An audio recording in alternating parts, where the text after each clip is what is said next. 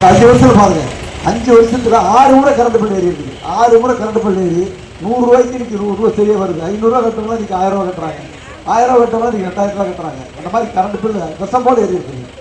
அதுக்கு மேல பாத்தீங்கன்னா தாலிக்கு தங்க அம்மாவோட திட்டம் ஸ்டாலின் நிறுத்தி போட்டாரு. கல்யாண உதவித்தொகை அம்மாவோட திட்டம் நிறுத்தி போட்டாரு.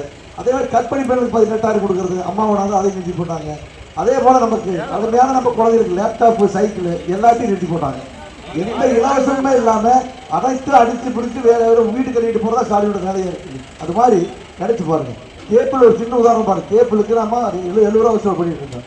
70 ரூபா வாங்கி 50% கால கவர்மெண்ட்டுக்கு 50% கேபிள் பிடிச்சு கொடுத்துருக்காங்க. நீங்க வந்து கேபிள் நிறுவனத்தையும் மூடி போட்டு 250 ரூபா வாங்குறாங்க.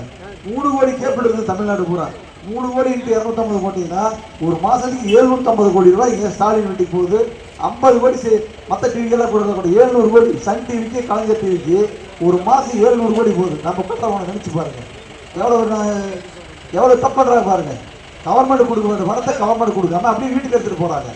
இதனால இன்னைக்கு ஒரு மாசத்துக்கு 700 கோடினா ஒரு 50 மாசம் கணக்கு போட்டீங்க கூட 35,000 கோடி நம்ம கட்டுற பணம் ஸ்டாலின் வீட்டுக்கு போயிருக்கு.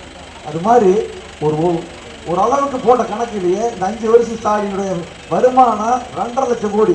உலகத்துல எந்த ஒரு முதலமைச்சர் இந்த மாதிரி அரசு பணத்தை எடுத்து போய் நானும் பார்க்கல. நானும் 45 வருஷம் அரசியல் இருக்கிறேன்.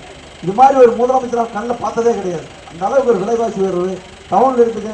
வீட்டு வரி எவ்வளவு ஏறி வீட்டு வரி எவ்வளவு, காலி இடத்துக்கு வரி, தண்ணிக்கு வரி எல்லாம் போட்டுமே. ஆமா, வீட்டு வரி கட்டி அது வட்டி வேற போடுறாங்க. நினைச்சு பாருங்க. இந்த மாதிரி ஒரு மோசமான கேடு கட்டாச்சு தமிழ்நாடு நடந்தான்னு பாருங்க. அதனால அவ்வளவு மோசமா இருக்கு. இந்த ரோட்ல சென்டர் முதல்ல நான் சேர்மனா இருக்கும்போது அழகா 2 கோடி ரூபாயில பைப் போட்டு எல்லா வீடும் தண்ணி நல்லா போயிடுது. சென்டர்ல பறிச்சு போட்டு 2 பக்கம் பைப் லைன் எடுத்துட்டு சென்டர்ல இப்படி தாரோட போட்டு வச்சுன்னா பைப் வந்து தண்ணி போல யாருக்கு தெரியும்? எப்படி வீட்டுக்கு தண்ணி வரும்? யோசிச்சு பாருங்க. நானும் பல முறை சொன்னேன், 2 எச்சில் போடுங்க வேண்டாப்பான்னு சொல்லி கேட்க மாட்டேன்ட்டு போட்டு தாரோட கடைசி எச்சி வரைக்கும் போட்டு விட்டாங்க. என்ன வருமானம் வருதோ எதுல கமிஷன் அதிகம் வருதோ அந்த வேலை தான் பார்த்துட்டு இருக்கேன். திமுக முதலமைச்சர் இருந்து மந்திரி இருந்து சேர்மன் வரைக்கும் அந்த வேலை தான் பார்க்குறாங்க. இங்கே டவுன்ல சேர்மன் வந்து கவுன்சில் பயங்கர சண்டை வேலை கிடக்குது. எம்எல்ஏ போட்டு எனக்கு பணம் தரல உனக்கு பணம் தருது. முதல்ல வேலையே ஒன்றும் இல்லாமல் கிடக்குது. அந்த மாதிரி ஒரு மோசமான ஆட்சி நடக்குதுங்க. அதனால விலைவாசி குறையணும், சட்ட ஒழுங்கு சரியா இருக்கணும். நிறைய பாருங்க, சட்ட ஒழுங்கு இன்னைக்கு கஞ்சா எந்த அளவுக்கு கஞ்சா விற்கிருப்பாங்க. இன்னும் கொஞ்ச நாள் ஆயிடுச்சுன்னா கதவை தட்டி கேட்பாங்க, நம்மளுக்கு கஞ்சா வேணுமான்னு கேட்குற மாதிரி ஒரு காலகட்டம் வந்துச்சு ஆட்சியில். அது மாதிரி நீங்கள்லாம் இரட்டை வாக்களித்து அந்த இடத்தை வெற்றி பெற செய்து எடப்பாடியாரை முதலமைச்சர் ஆக்கிட்டீங்கன்னா இந்த சட்ட ஒழுங்கு சரியா இருக்கும். கண்டிப்பாக விலைவாசி குறையும். கேபிளுக்கு நேற்று ஆனால் பேசியிருக்காரு, ஈரோட்லேயே பேசியிருக்காரு. சரி பாதி இல்லை, 100 ரூபாய் 100 ரூபாய் கொண்டு வந்துருவாங்க. அதனால் கேபிள் குறையும், அரிசி விலை குறையும். அதே மாதிரி கரண்ட் பில் மேல் ஏறாம பார்த்துக்குவாரு. அப்படி அருமையான ஒரு முதலமைச்சர் நீங்கள் தேர்ந்தெடுக்கணும்னு கேட்டுக்கிறேன். அதே போல இன்றைக்கு ஆனால் எடப்பாடியார் அவர்கள்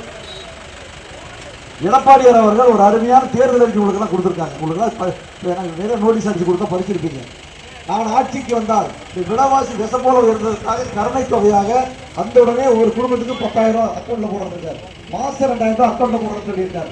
அதுக்கப்புறம் பார்த்தீங்கன்னா ரேஷன் அரிசியில ஒரு அரிசி கூட 1 கிலோ ஆயிலும் 1 கிலோ பருப்பு இலவசம் கொடுக்குறாங்க. வருஷத்துக்கு 3 சிலிண்டர் கொடுக்குறாங்க. அதுக்கப்புறம் பார்த்தீங்கன்னா நம்ம தாய்மாருடைய கஷ்டத்துக்காக எல்லா வீட்டுக்கு பிரிச்சு கொடுக்குறாரு. அம்மா பேன் மிக்சி கிரைண்டர் கொடுத்தாங்க. 20 ஆண்டு காலமாச்சு அம்மாவுடைய பேர் சொல்லிட்டு இருக்குது. ஆனால் எடப்பாடியார் இப்போ அருமையான ஒரு பிரிட்ஜ் கொடுக்க போறாரு. அந்த பிரிட்ஜ் ஒரு 20-30 ஆண்டு காலத்துக்கு நம்மளோட கட்சி பேரும் அண்ணனுடைய பேர் சொல்லிக்கிட்டு இருக்கும். அது மாதிரி அருமையான திட்டம் கொடுத்துருக்காரு. அதுக்கு மேல டவுன்ல விவசாய கடன் தள்ளுபடியோட சேர்த்து இன்னைக்கு நமக்கு கல்வி கடன் தள்ளுபடி வந்திருக்காரு. கல்வி கடன் என்பது உங்களுக்கே தெரியும். டவுன் பூரா நம்ம தமிழ்நாடு பூரா 25,000 கோடி இருக்குது கல்வி கடன். எல்லா பசங்களும் பொண்ணுக்கு வேலைக்கு போயிட்டு வட்டியோட சேர்த்து கட்டிட்டு இருக்காங்க.